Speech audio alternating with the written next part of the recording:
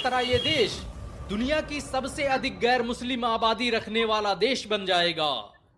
सभी मुस्लिम देशों के एकजुट हो जाने की वजह से समाज में बड़े ही ऐतिहासिक बदलाव देखने को मिलेंगे। ये इतिहास में पहली बार होगा जब कोई देश 1 करोड़ से अधिक मस्जिदों और मदरसों का मालिक होगा। दुनिया में अंदाजा इसी बात से लगाया जा सकता है कि इसका आकार एशिया महाद्वीप से भी बड़ा होगा। दुनिया की सबसे बड़ी इमारतों के मालिक मुसलमान होंगे। दुनिया की सबसे अधिक आबादी वाला देश बन जाएगा।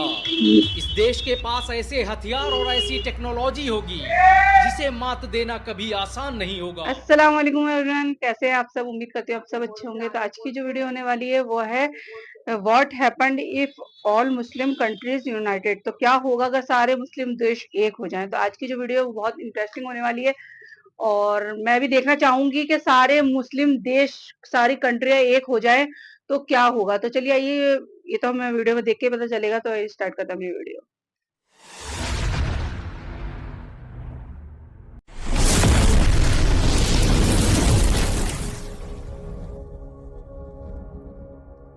क्या आपने कभी सोचा है कि क्या होगा अगर दुनिया के सभी मुस्लिम देश एक हो जाएं?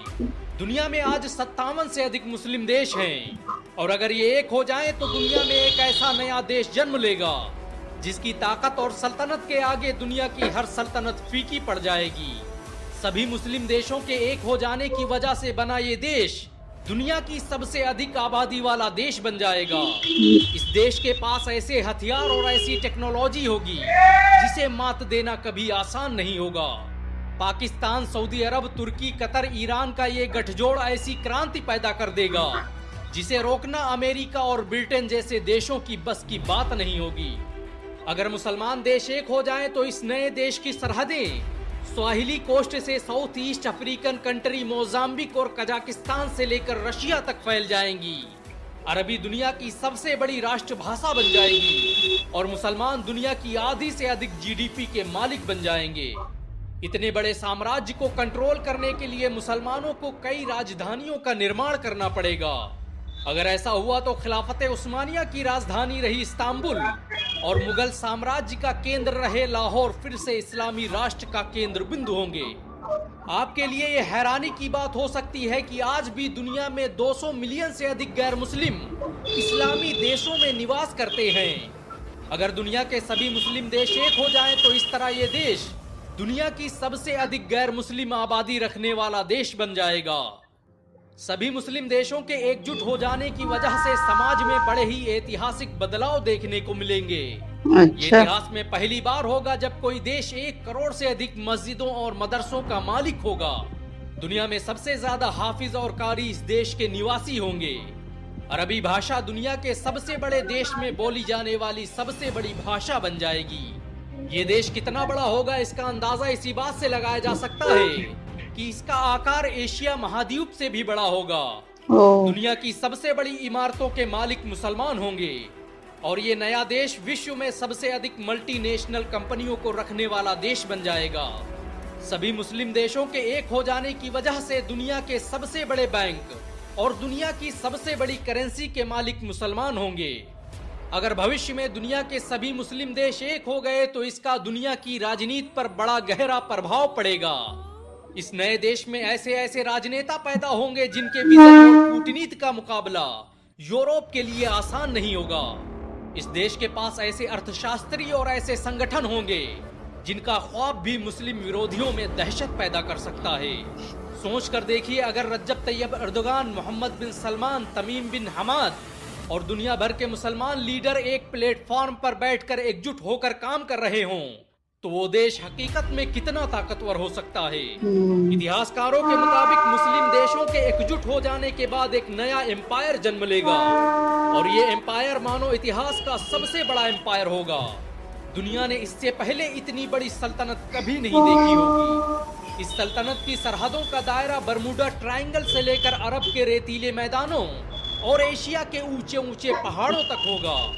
अगर सभी मुसलमान देश मुत्तहिद हो जाएं तो वो एक ही दिन में फिलिस्तीन को आजाद करवा सकते हैं। दुनिया में ईसाई धर्म के बाद सबसे बड़ी आबादी मुसलमानों की है। मुस्लिम देशों के एकजुट हो जाने की वजह से दुनिया के 25% लोग अकेले इस देश के निवासी होंगे। इतनी बड़ी आबादी और इतने बड़े क्षेत्रफल को संभालना आसान नहीं होगा। ऐसे ये में तो है। मुसलमानों को लोकतंत्र के बजाय इस्लामी हुकूमत की स्थापना करनी होगी, जो मानव इतिहास की सबसे बड़ी मुत्तहिदा इस्लामिक हुकूमत होगी। दुनिया के 80% से अधिक समुद्री रास्ते मुसलमानों के कब्जे में होंगे और ये नया देश दुनिया में सबसे अधिक सोना रखने वाला देश बन जाएगा। अगर सभी मुसलमान देश एक हो जाएं तो ये आज भी दुनिया को अपने आगे झुकने पर मजबूर कर सकते हैं। इतना बड़ा देश हो जाने के बाद किसी भी देश में इतनी ताकत नहीं होगी कि वो इतनी बड़ी महाशक्ति का मुकाबला कर सके। सभी मुस्लिम देशों के एकजुट हो जाने के बाद दुनिया के ज्यादातर संसाधनों पर मुसलमानों का कब्जा होगा और ये देश अकेले दुनिया के सबसे बड़े तेल और गैस भंडार का मालिक होगा। व्यापार के नए रास्ते खुलेंगे और मुसलमान इस नए देश में बड़ी आसानी से तिजारत कर सकेंगे। अगर भविष्य में ऐसा कुछ होता है तो ये देश दुनिया के लिए निवेश का सबसे बड़ा बाजार होगा। अगर सभी मुसलमान देश एक हो जाएं तो मुसलमानों के पास दुनिया की सबसे बेहतरीन क्रिकेट टीम होगी। दुनिया के बड़े से बड़े स्टेडियम इस मुस्लिम सल्तनत का हिस्सा होंगे।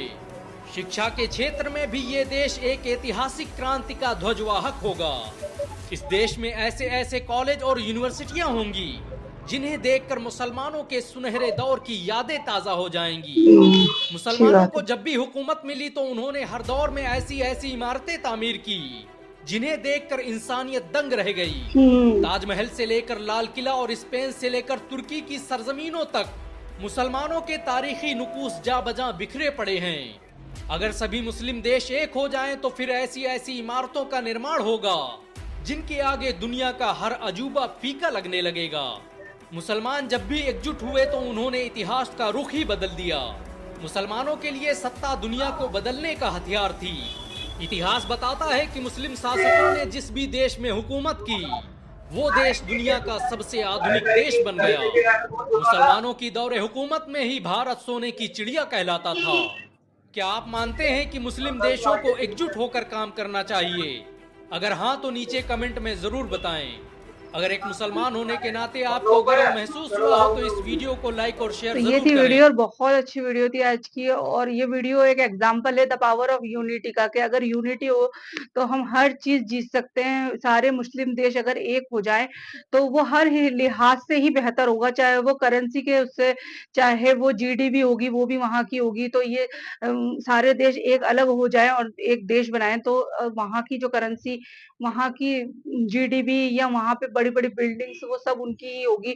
तो और इससे बहुत फ़र्क पड़ेगा। तो गाइज़ ये था मेरा रिएक्शन। आई होप आपको वीडियो पसंद आए। वीडियो पसंद आए तो लाइक करना, शेयर करना, कमेंट करके ज़रूर बताना। अगर आपको मेरी वीडियो पसंद आए तो चैनल को सब्सक्राइब करे बिना ना जाएँ। तो चलिए मिलते हैं हम नेक्स्ट वीडियो में। अल्लाह हाफ़िज़।